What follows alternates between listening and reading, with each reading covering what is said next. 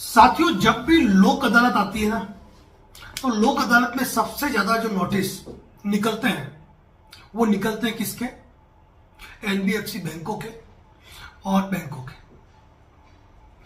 ये लोक अदालत के नोटिस आपके पास आते हैं और ये नोटिस आपको बैंक वाले व्हाट्सएप करते हैं, आपकी मेल पे डालते हैं और आपको कहते हैं कि इस तारीख को इतने बजे लोक अदालत में आना जरूरी है। अगर तुम नहीं आओगे ना, तुम्हारे खिलाफ ऑर्डर हो जाएगा, ऑर्डर। कई साथी हमको फोन करके पूछते हैं कि सर मैं लोक अदालत में जाना चाहिए कि नहीं जाना चाहिए। एज एन एडवोकेट मैं ये कहता हूं कि आपको जाना चाहिए, लेकिन एक एक्सपर्ट एडवाइस ये रहती है कि यदि आप उस लोन का सेटलमेंट करना चाहते हो, यदि आपके पॉकेट में पैसा है, यदि 10 लाख का लोन है आपके पास 6 लाख मौजूद है, यदि 1 लाख का लोन है आपके पास 30-40 हजार मौजूद है, तो आप जाए। बाकी जाके करोगे क्या? आप ये सोचते हो कि कोई जज साहब बैठे होंगे, उन जज साहब के सामने जाकर आप अपनी व्यथा कहेंगे कि मैं कोरोना में दुखी हो गया, मेरे पिताजी की डेथ हो गई, मेरी नौकरी चली गई, मेरा बिजनेस चला गया, मेरा एक्सीडेंट हो गया, मैं लोन नहीं भर सकता हूं, लोन माफ करा दो। कोई जज साहब कोई बोलने वाले नहीं है। लोन सेटलमेंट करा दो तो जज साहब कहेंगे आपस में बैठ के बात कर लो। अरे आपस में बैठ के बात तो आप बैंक के अंदर भी कर सकते हैं। यानी कि अगर आपके पास पैसा है तो जाओ, नहीं पैसा है तो जाके करोगे क्या? और दूसरी बात, जिला विधिक सेवा प्राधिकरण के अंतर्गत इन मामलों को निस्तारण के लिए बैंकें अपनी फाइल रखती है लोक अदालत के सामने, और वहीं विधिक सेवा प्राधिकरण के मार्फत ये नोटिस जारी होते हैं। यदि आप नहीं उपस्थित होते हो ना, तो ऐसी स्थिति में भी आपके खिलाफ कोई ऑर्डर नहीं हो जाएगा। ये बात ध्यान रखना, कई लोग इस चीज से डरते हैं कि जब जिला विधिक सेवा प्राधिकरण में कोई फाइल रखी है, दोनों पक्ष उपस्थित हुए, दोनों के पक्ष राजीनामा हुआ तो ठीक है।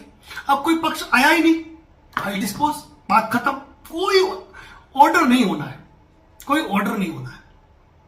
कई बार कोर्ट में सेक्शन 25 के 138 NI एक्ट के मुकदमे रखे होते हैं, वो लोक अदालत को रेफर कर देते हैं। अब आप लोक अदालत में जाते हो, अगर सामने वाली पार्टी से आपका अगर राजीनामा हो गया, कम राशि में बात हो गई, आपके पास पैसा है, तो लोक अदालत का मतलब है। लोक अदालत में कहा जाता है न किसी की हार न किसी की जीत। तो यहां पर न किसी की हार हो रही है न किसी की जीत हो रही है। आप जा रहे हो, आप नहीं जा रहे हो, कोई मैटर नहीं करता है। इसीलिए अगर आपको लोक अदालत का मैटर आया है तो आप इस उम्मीद के साथ मत जाओ कि जज साहब यहां पर कुछ कहेंगे और बैंकें झुक जाएगी और आपका लोन माफ कर देगी या 10-20% पे सेटलमेंट हो जाएगा। ऐसा मत सोचिए। और आप नहीं गए तो आपके खिलाफ कोई अवार्ड हो जाएगा, कोई आदेश हो जाएगा, ऐसा भी नहीं है। मैं बात कर रहा हूं लोक अदालत की। ध्यान रखिएगा साथियों, आप इस चीज को अदरवाइज लेके मत जाना कि आपको किसी क्रिमिनल कोर्ट के नोटिस आ रहे हैं, सेक्शन 25 का नोटिस आ रहा है, 138 का नोटिस आ रहा है, आर्बिट्रेशन का नोटिस आ रहा है, फिर ऑब्जेक्शन भेजते हैं। लेकिन मैं लोक अदालत की बात कर रहा हूं। यदि लोक अदालत का नोटिस आया है, आपके पास पैसा है, निपटाना चाहते हो तो जाए। ऐसे लोन डिफॉल्टर के अधिकारों के संबंध में हमने ढेरों वीडियो इसी YouTube चैनल पे पोस्ट कर रखे हैं, एडवोकेट नरेंद्र जोशी एसोसिएट पर।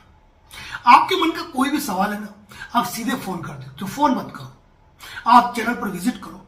ढेरों वीडियो है, ढेरों वीडियो। हमारा लक्ष्य है हम 100 वीडियो YouTube चैनल पर पोस्ट करेंगे लोन डिफॉल्टर्स के राइट्स के बारे में। उसके बाद हम इस मैटर पे बात नहीं करेंगे, ताकि आप हर वीडियो को देखकर अपनी समस्या का समाधान उसमें ढूंढ लो। कॉल करने की जरूरत नहीं है। फिर भी आप कोई एक्सपर्ट एडवाइस चाहते हैं, फोन पे बात करना चाहते हैं, तो आपको डिस्प्ले पे दिए हुए नंबर पे कॉल बुक लिखना पड़ेगा, टेक्स्ट मैसेज करना पड़ेगा, तब आपको फोन आएगा, कॉल बुक होगी, तब आपकी लंबी बात हो जाएगी। वो बात 1 बार भी हो सकती है, 2 बार भी हो सकती है, 4 बार भी हो सकती है, 6 बार भी, क्योंकि 1 बार में किसी की समस्या का समाधान नहीं होता है। लेकिन कॉल बुक करने के बाद आपका अधिकार है, ये कोई कंफ्यूजन है तो आप उसके लिए बार बार कॉल कर सकते हैं। साथ ही इसी प्रकार के अधिकारों के बारे में जानकारी हमारे advocate Narendra Joshi YouTube channel, Instagram और फेसबुक पेज पर दी जाती है। यदि चैनल पर नए हैं तो शेयर और सब्सक्राइब जरूर करें। धन्यवाद।